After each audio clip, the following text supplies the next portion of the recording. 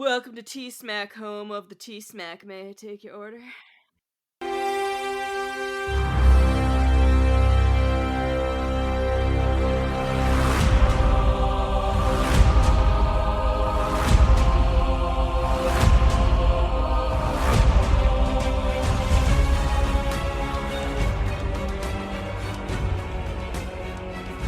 What's up, everyone? Josh here, flying solo, and just really wanted to say thanks again so much for the support for episode 100.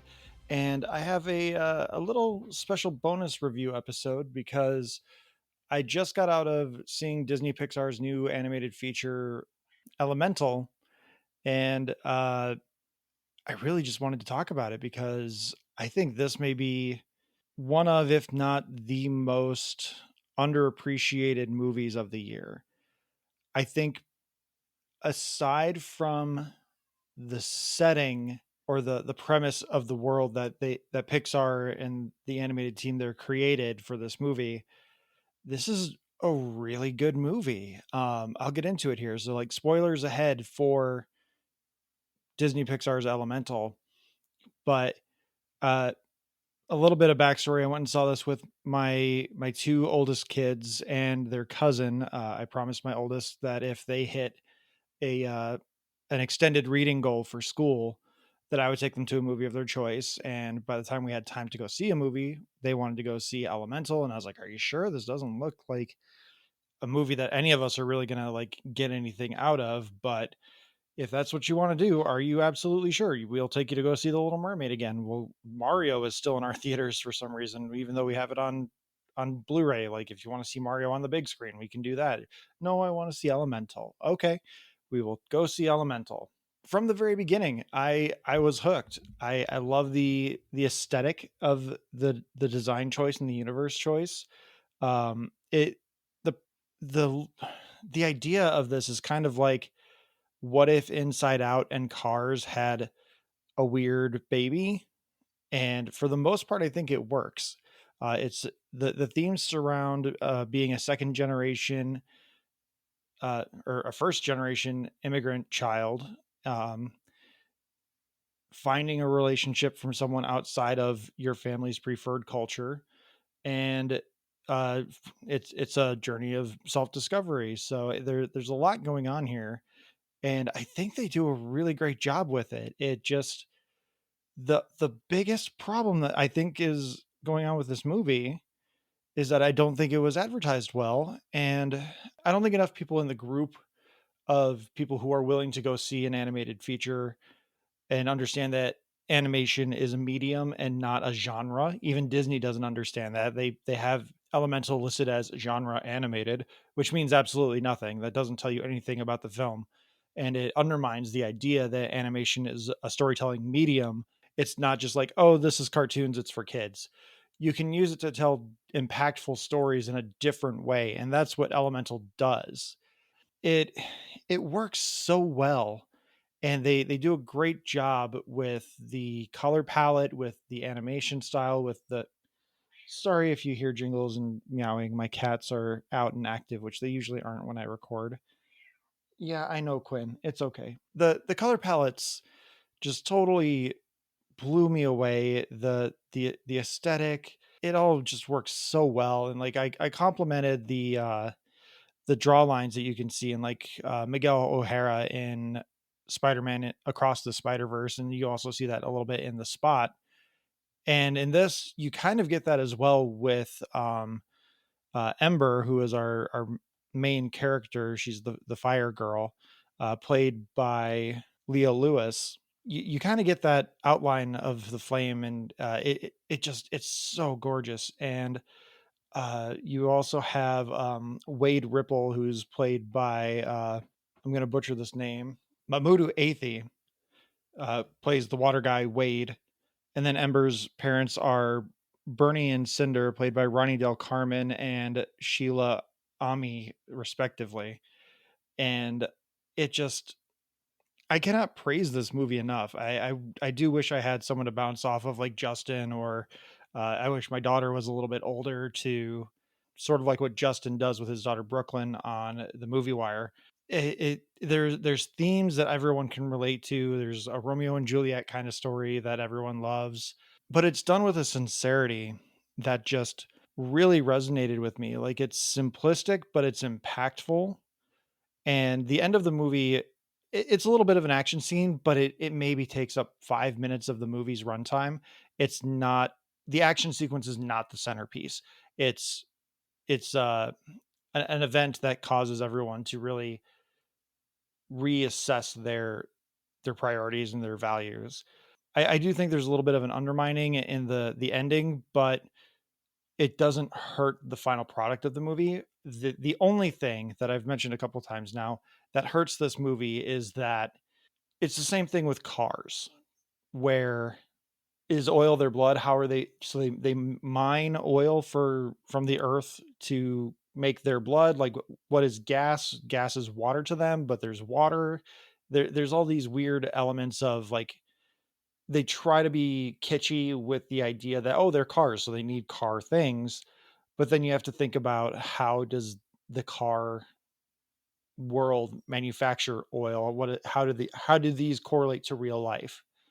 And I don't think there's necessarily anything like that in the film that is really breaking of the continuity or breaking of the magic.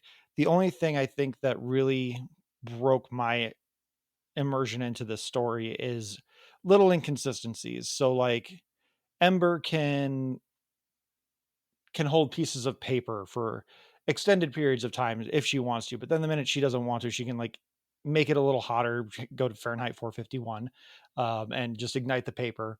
And then there's also a moment where she's surrounded by water and the water is boiling because she is literal fire. But Wade can sit next to her and be fine. Like, he's not going to evaporate. He's not boiling. Nothing is happening to him. So the movie picks and chooses when it wants to do certain things, and those are little inconsistencies that kind of took me out of the moment. And those inconsistencies really, I think, are what hurts this movie from becoming an instant Pixar classic, like an Inside Out, like an Incredibles, like a Toy Story, and so on and so on. But I was really moved by this movie, and it did the Pixar thing where it almost made me cry. If my kids were a little bit older and they understood what was going on and they had like leaned in to like give me a daddy hug or something, I would have broke. No questions asked. I would have been bawling like a baby because the father daughter relationship, even though it is centered in a cultural allegory, I think that it is relatable to everyone because you can put yourself in those shoes pretty easily if you're willing, i.e., you're not a racist piece of shit. But overall, this film is just it's gorgeous, and I think this is like just shy of being one of those Disney Pixar classics. There's just like something in the storytelling or something in the premise that keeps it from hitting that next level. And I think maybe part of that is also to do with that. I think this is more of an all ages film. I think it is still a little appropriate. I think it's appropriate for kids, but I think teens, preteens, adults are going to get more out of this movie than sub 12, sub 10-year-old kids. So, with that, I'm going to leave this review fairly short. I feel like I repeated myself quite a bit. I don't want to spoil too much because I do think this is a movie that should be seen. And I think it should be seen on a big screen. I think it is a movie that could be a date night movie. It could be family movie night, something like that. But I do think you should go out and see this movie if you can. I haven't seen The Flash, but I think Elemental might be a better movie going experience. Just from what I've read and heard from other people that have seen The Flash. If you're looking for a popcorn fun, I would say go see Transformers Rise of the Beasts. But if you're looking for something that is going to hit you in the feels, you're going to have a good time, you're going to talk about it in depth afterward.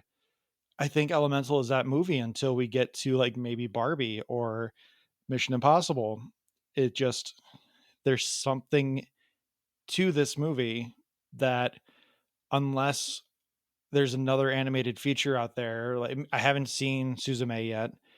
Maybe Suzume can be an Oscar contender. I'm not quite sure. Um, but this is definitely better than like Super Mario Brothers in my opinion in terms of quality content. It's a Mario is popcorn, turn your brain off fun. And Elemental is, as I said, kind of a rom-com coming of age story that's also got a little bit of like a more heartfelt fresh off the boat. And it is so worth your time. I can't say that enough. Um, it really touched something in my heart that I needed to talk about it. I needed to review it, but unfortunately, our schedule is pretty packed. We have other things coming up, so I decided to make this a bonus episode. And with that, I am going to close out with one more time. Elemental is a must see movie. I cannot recommend it enough. Please go see it. And with that, thank you so much to everyone for listening. Thank you for the support and reviews and everything we've received in the last 2 years for the 100 episodes we have released, the 100 plus content episodes we have released. Um, it's just astonishing that anyone listens to this. So thank you again so much for all that. And don't forget to follow us on Twitter, Instagram, Hive Social, Post News, Facebook, wherever you social media, we will probably be there. Thank you to Leo Allen for musical themes, Beppo for our original avatars, Retrorail Studios for our Ricky avatar, and most of all, thank you all again so much for listening. Take care.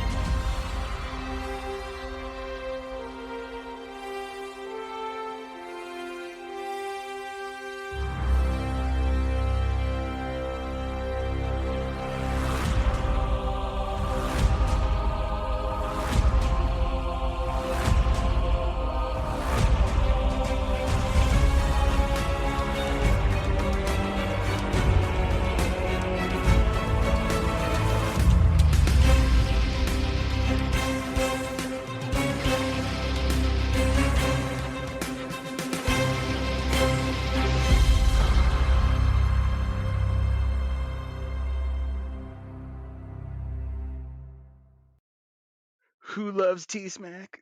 I love T-Smack. Is it true? Mm-hmm. I do, ooh.